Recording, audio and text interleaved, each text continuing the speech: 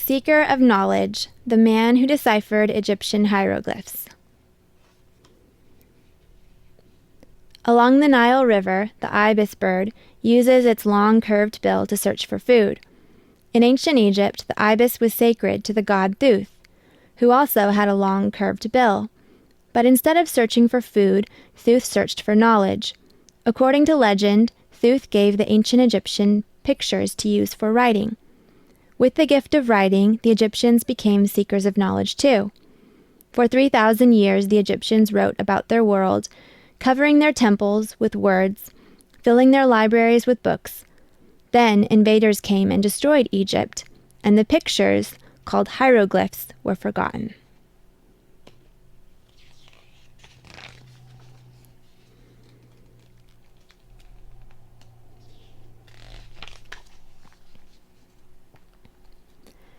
In 1790, a French boy named Jean-Francois Champollion was born.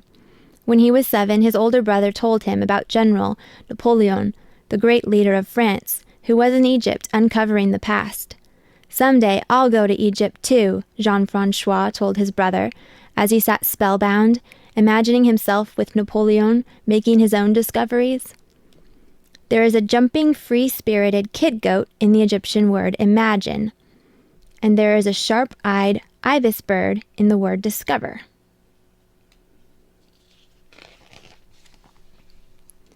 When Jean-Francois was 11, he went to school in the city of Grenoble. There his brother took him to meet a famous scientist who had been in Egypt with Napoleon.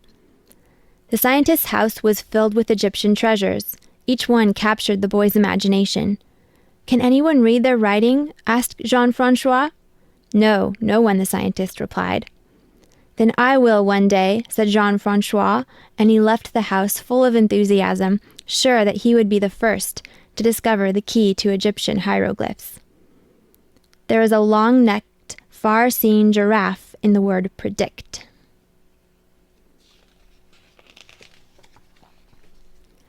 Back home, his brother helped him get down all the books they had on Egypt. On moonlit nights, Jean-Francois stayed up reading long after he should have been asleep. His brother nicknamed him the Egyptian and bought him notebooks. Jean-Francois filled them with hieroglyphs. There were prowling lions, angry monkeys, trumpeting elephants, and sharp-eyed ibis birds with their long curved bills. He could not read the Egyptian words, but he dreamed that one day he would, as he sailed up the Nile. Jean-Francois had a favorite animal. It was the lion because there was one in his name. Jean-Francois Champollion.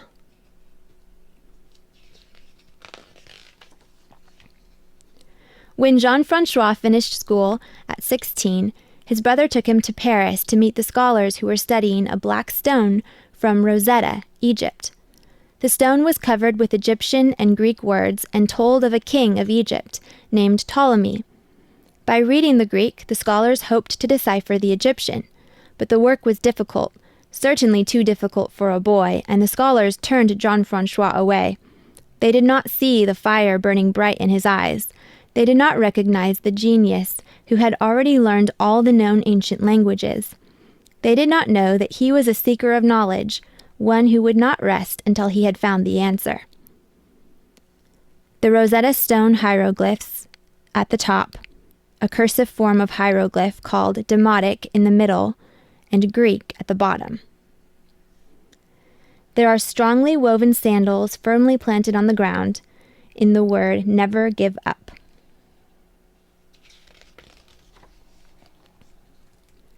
Jean-Francois gathered his notebooks and returned to Grenoble. There he taught school. His students often came to hear him talk about Egypt, her pharaohs and gods, and the mysterious writing. Once, even Napoleon came to Grenoble and sat up all night listening spellbound, as Jean-Francois told the great man of his dreams.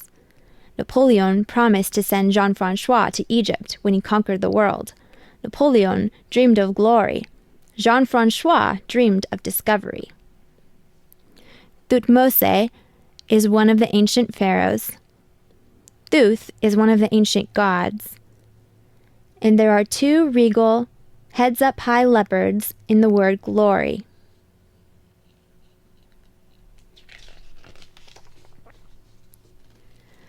But a few months later, Napoleon was defeated at the Battle of Waterloo. France was now defenseless. Her enemies poured in. They surrounded Grenoble and in the early morning bombarded the city. Jean-Francois ran to save his notebooks from the flames. The people were angry with Napoleon and anyone who knew them. They pointed fingers at Jean-Francois and called him a traitor. He fled into the woods, leaving his notebooks behind. There he lived like a hunted dog. It was weeks before it was safe to come out, and months before he saw his notebooks again. During these troubled times, scholars everywhere were racing to solve the mystery of Egyptian writing. Unbelievable things were said, ridiculous books were written. No one had the answer. Then an Englishman discovered that a few of the hieroglyphs on the Rosetta Stone were letters, and he deciphered King Ptolemy's name. Everyone said that the Englishman would be the first to unlock the door to Egypt's past. Everyone except Jean-Francois. When Jean-Francois was 30, he gathered up his notebooks and left Grenoble. He made his way back to Paris, to his brother. There is a roaming black-as-night jackal in the word mystery, the letter P in Ptolemy's name, and the letter T in Ptolemy's name. There is an unblinking crocodile lurking in the word trouble.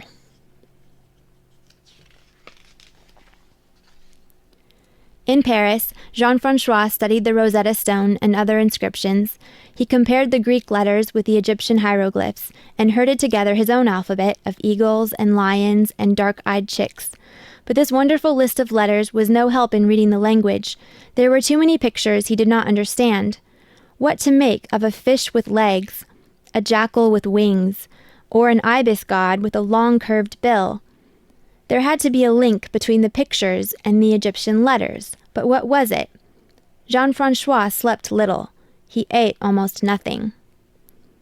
To Jean-Francois, this was the letter A, and this was the letter B, and the letter W.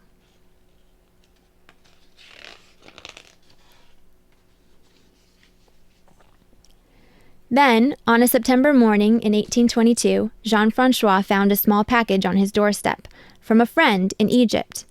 In it were the names of pharaohs copied from a temple wall. Each name was a jigsaw puzzle of letters and pictures. Jean-Francois studied the names and saw the link. The pictures were sounds too. Not single letters, but syllables, even whole words. One of the names drew him. It began with a hieroglyph of an old silent friend perched on a sacred staff. This was a picture of the god writing, Thuth, followed by the letters M and S. Thutmose, Jean-Francois suddenly exclaimed, and the rushing of the Pharaoh's name, as if carried on wings across the centuries, filled the room. This is the royal cartouche, or ring of rope, encircling Thutmose's name.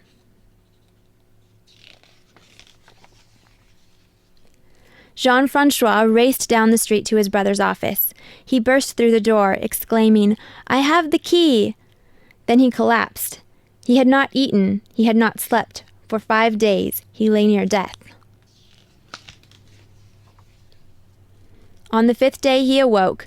"Pen and paper," he whispered, and he wrote of his discovery to the world. People all over France celebrated his triumph, as Jean-Francois became the first to translate the ancient writing and open the door to Egypt's past. There is a blue lotus, its center as bright as the yellow sun, in the word joy.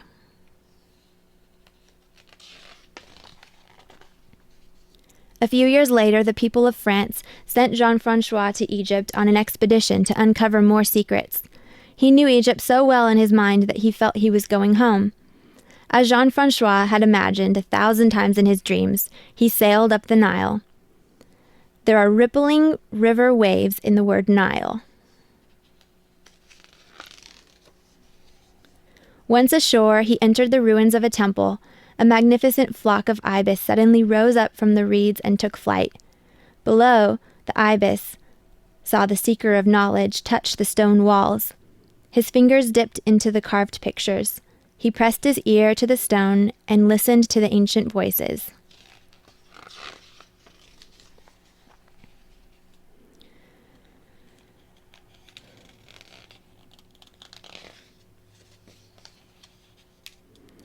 Deciphering hieroglyphic writing was difficult work, but it was work that Jean-Francois loved.